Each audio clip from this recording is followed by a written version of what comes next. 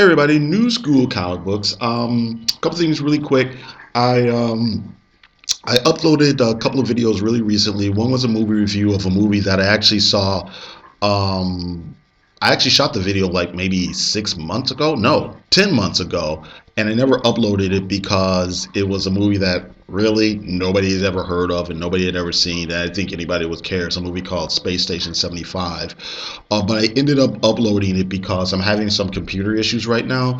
The laptop that I shoot these videos on is literally falling apart. I mean, literally in the sense that I actually have duct tape keeping the frame together right now. So I just thought, who knows how long this is going to stay together, and I didn't want the computer to crash or whatever, so I thought I'd just go ahead and upload that. I also uploaded an older comic review of an old Neil Adams comic, so I did that. I am going to be leaving town pretty soon, so I'm not sure if I'm going to have internet access or YouTube access or anything like that over the next week. Maybe I will, but I don't know if I'll be able to upload things or or comment on people's videos or anything like that. So I just thought I'd kind of make sure I did those things and also get this video up as well. So anyway, let's jump into the comics. All right, so first I have All New Avengers #5, written by Mark Waid, with art by Muhammad Azur, and the cover is Alex Ross. Um, I'm not sure. I think this cover is an homage to an old classic Marvel cover, possibly. Um, but I can't recall what it might be. I'm not 100% sure. Maybe it's not, but it seems like it is for some reason. But in this issue, basically, we've got the Vision kind of doing some stuff, whatever, and kind of sneaking around or whatever. And Ms. Marvel goes off and teams up with him to fight some robots or whatever. And everything's fine. But look at that. He's got this sinister grin here. Everything's fine, but so when they get back to headquarters, Vision tells the story, and he makes it seem like Ms. Marvel was putting innocent people in danger. So Sam Wilson kicks her off the team, and then Nova comes in, and he's mad about that. And because he blows up, Sam benches him.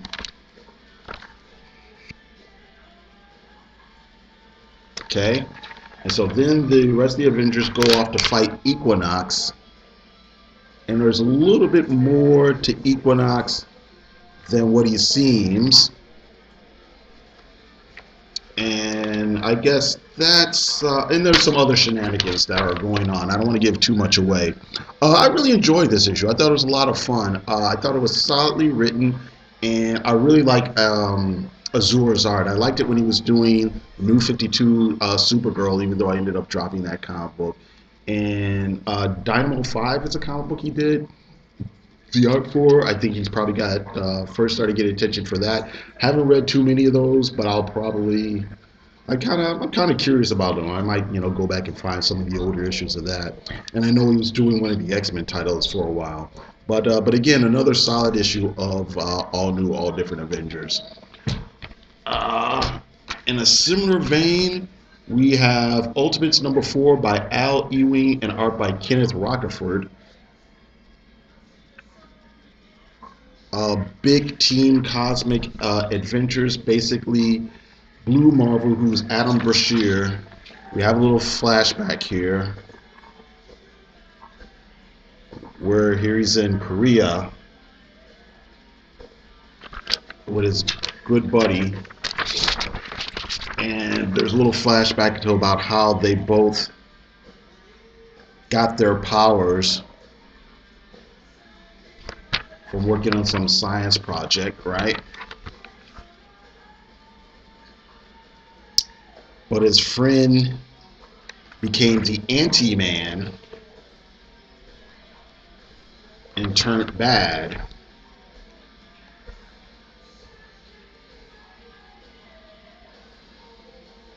And so now the Ultimates find him floating out in space.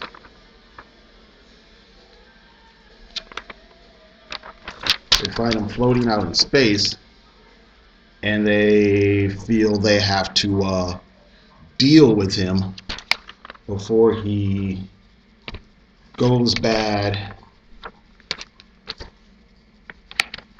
and causes more trouble. Some other things occur. One of Adam Brashear's sons shows up, and his one particular son has cosmic powers, and there's some other people, other things that show up as well. Uh, I like it. It's really intriguing. It's not quite what I expected, but I like the whole big cosmic adventure tone to this comic. Kenneth Rocaford's art, I think, is decent.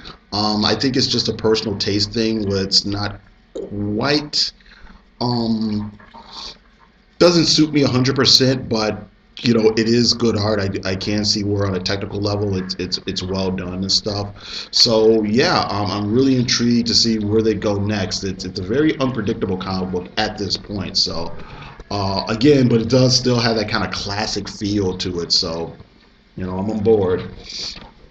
Next, I got Shaft #1, or sorry, Shaft Imitation of Life #1 by David F. Walker and art by Dietrich Smith.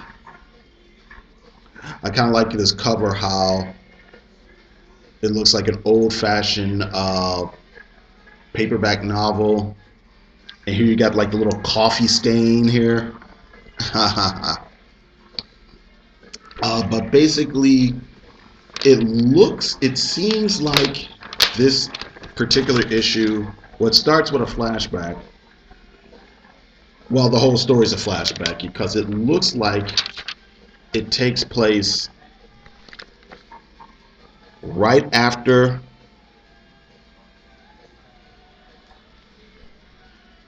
the first movie, I think.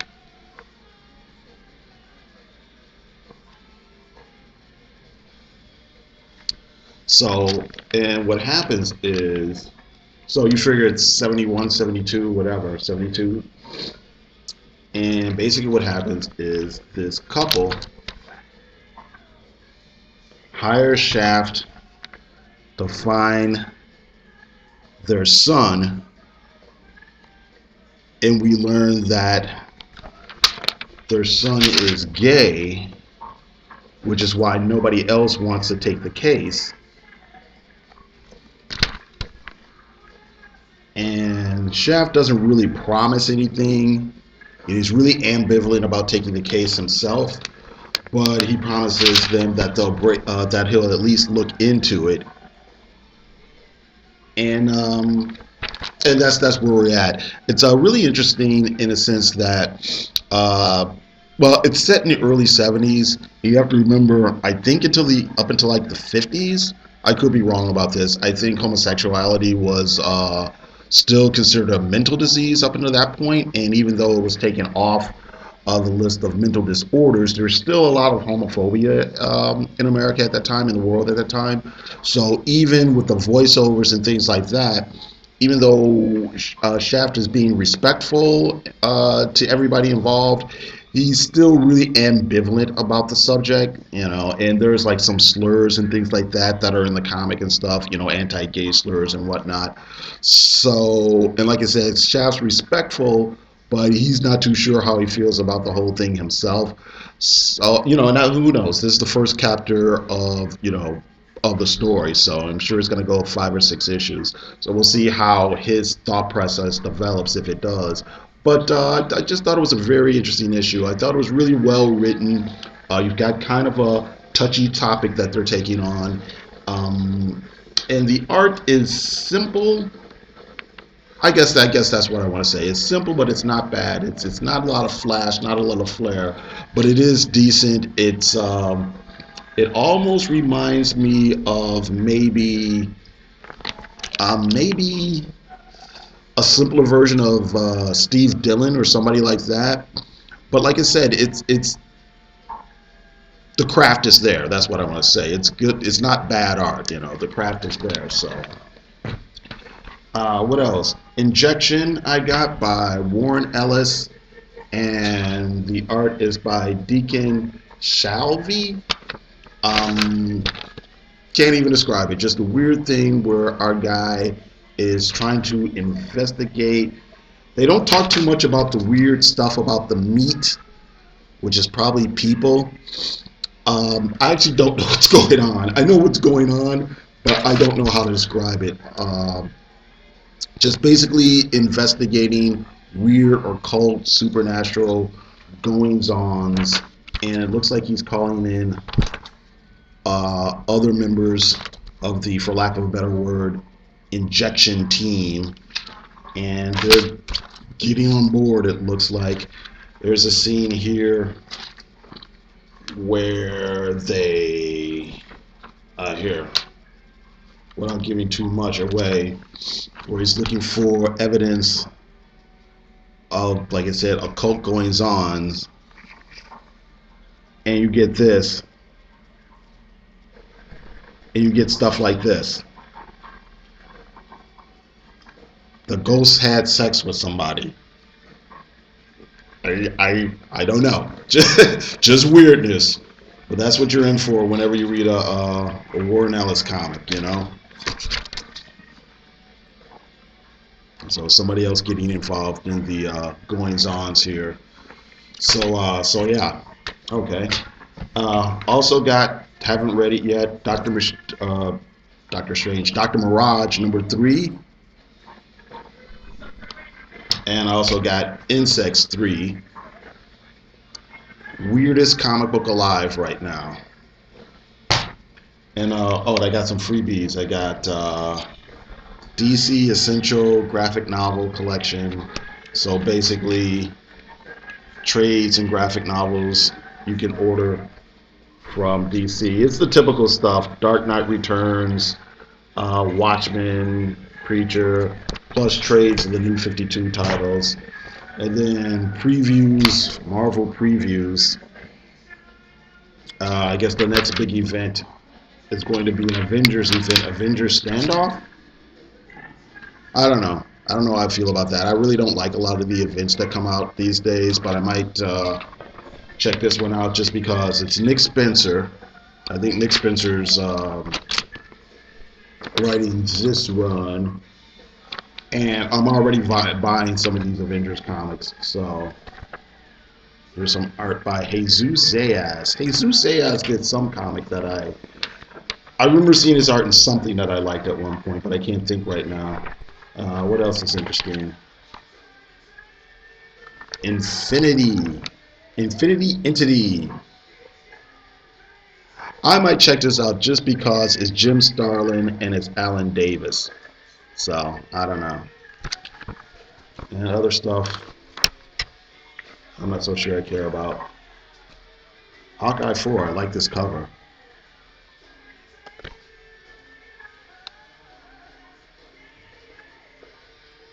That's a cool cover, I like that.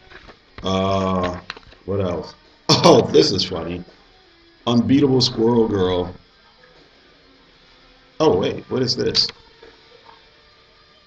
Oh, sorry. Guardians of the Galaxy.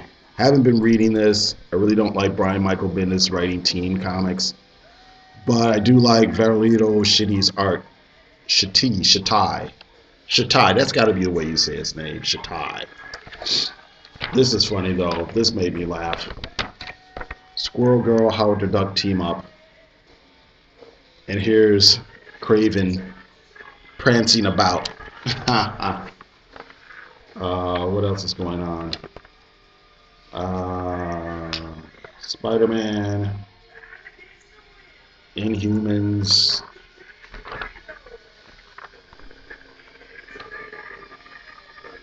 Last Days of Magic, Doc Strange #5 starts here. What else is interesting here? Not too much. Ms. Marvel for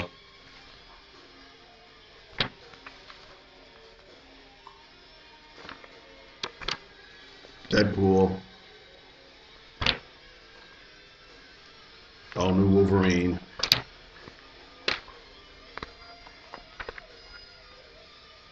Extraordinary X-Men. Okay, all right, that's it then. All right, so that's all I got this week. Got to thank you very much, and you all have a great day.